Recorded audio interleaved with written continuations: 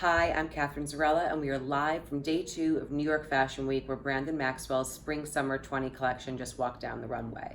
This was a really important season for Brandon. It seemed like a real turning point for him for two reasons. Number one, he moved away from the almost dynasty glamour that he's been experimenting with for the past couple of seasons into a really approachable but well done take on classic American sportswear that definitely had some injections of serious glamour, but it was a lot more balanced.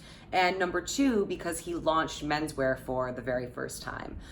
So Brandon launched his line a couple of years ago. He previously was working with Lady Gaga as her stylist. And when he first launched his collection, it was a lot about, it was a fantasy. It was about evening wear. It was about sculpture, like sculptural silhouettes. It was done, the first collection was in black and white. It was high drama. It's gotten a lot of play on the red carpet, but it's been a steady evolution from, starting off from that very high drama point to beginning to experiment with different sportswear elements, to now going into this very approachable but high gloss take on classic Americana. Brandon is from Texas, and that's a huge part of his design identity. It's something that he talks about every single season. And, this season, the show, it was held in Brooklyn because that's where Brandon lives, and he wanted to keep it close to home. And he set up the show space like it was like a high school football field almost. There was AstroTurf. We sat on metal bleachers. And when you walked in, first of all, there was a Shake Shack truck outside, and people were munching on cheeseburgers, which were delicious. And inside, you had drinks being served out of hot pink sippy cups, and cotton candy was being made. So it definitely had this kind of, down home feel about it. But there was a big sign that said Brandon's when you walked in. And also on all of our seats, we were given the kind of show notes in this envelope that says statement enclosed, and it's from Brandon's. And it's almost as if it were a, department store credit card statement. And that's significant because Brandon's grandmother worked in a department store all throughout his childhood, and he spent a lot of time with her there. And that's been a defining experience for him as a designer. And I think that his experience there with her and with the woman that he grew up with has also really informed his design approach, because he wants to create clothes that will speak to them, that will speak to his family, that will speak to the people he knows in Texas, that will speak to women across the country. He told me after the show today that he wants this collection to, or all of his collections to speak to as many women as possible. And I think that this collection in particular spoke to more women than any of his previous ones. There was more denim than we've ever seen before. There was a full denim look that was more like 90s Americana than it was Canadian tuxedo. A lot of really interesting crisp white shirt dresses that had these great necklines, so it wasn't necessarily your typical white shirt dress, but it would kind of come down and expose the collarbone, and there'd be interesting tucks and folds to create a little bit of structure.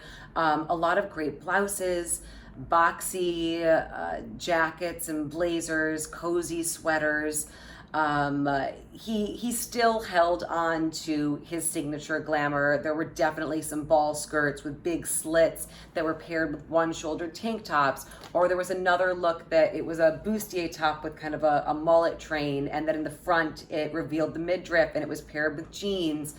So he held on to his very particular vision of glamour, but he turned it into something that I think was more rooted in reality. And what he told me is that this collection was a balance between fantasy and reality, and I think he struck a really strong balance there. The casting was great.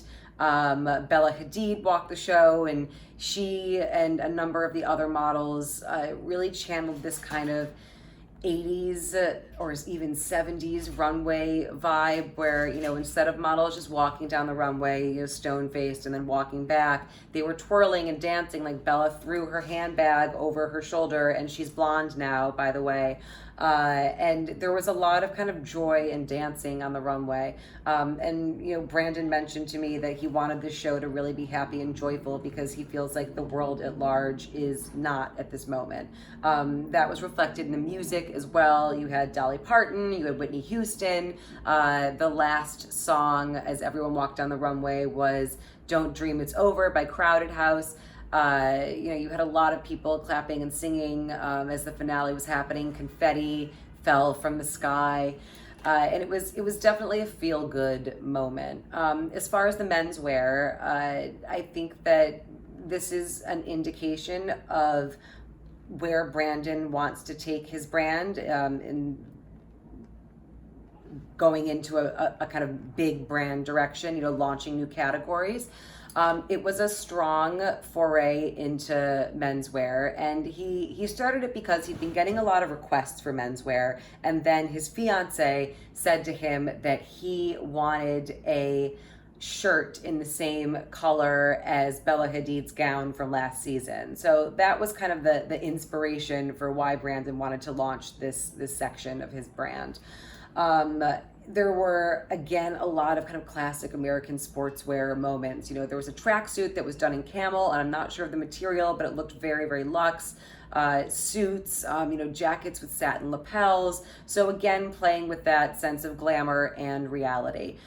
I think that, New York fashion is so known for sportswear, and when you hear American sportswear, you think of Michael Kors and Ralph Lauren. And Brandon's show tonight kind of reminded me of a 90s Ralph Lauren collection. There was a couple of dresses in particular, these really minimal black dresses that were done in a stretch material that were extremely flattering and very simple, but still very sensual. Just the denim and the shirting and the blazers kind of, it did strike a 90s Ralph Lauren note. What's interesting about all of that is that young designers in New York tend not to go in that direction, even though it's such a huge market that the new generation of fashion talent here hasn't necessarily tapped into. And I think that Brandon really has the potential to be the next generation of that breed of designer. He's also a judge on Project Runway, so he has a lot of mass appeal, and this collection I think spoke to a lot more women because and men for that matter, because he is expanding his brand and his personality and who he is as a designer. I really like this direction for Brandon. I think that he's striking all of the right notes, and I hope he continues down this path. It felt like a really mature turn that he's taken, and it's something that his collections have always been about lifting up women, and I think that he told me backstage today that fashion's not just about money and luxury. It's about offering clothes that make people feel good. And I think that a lot of people would feel good in what Brandon offered this season.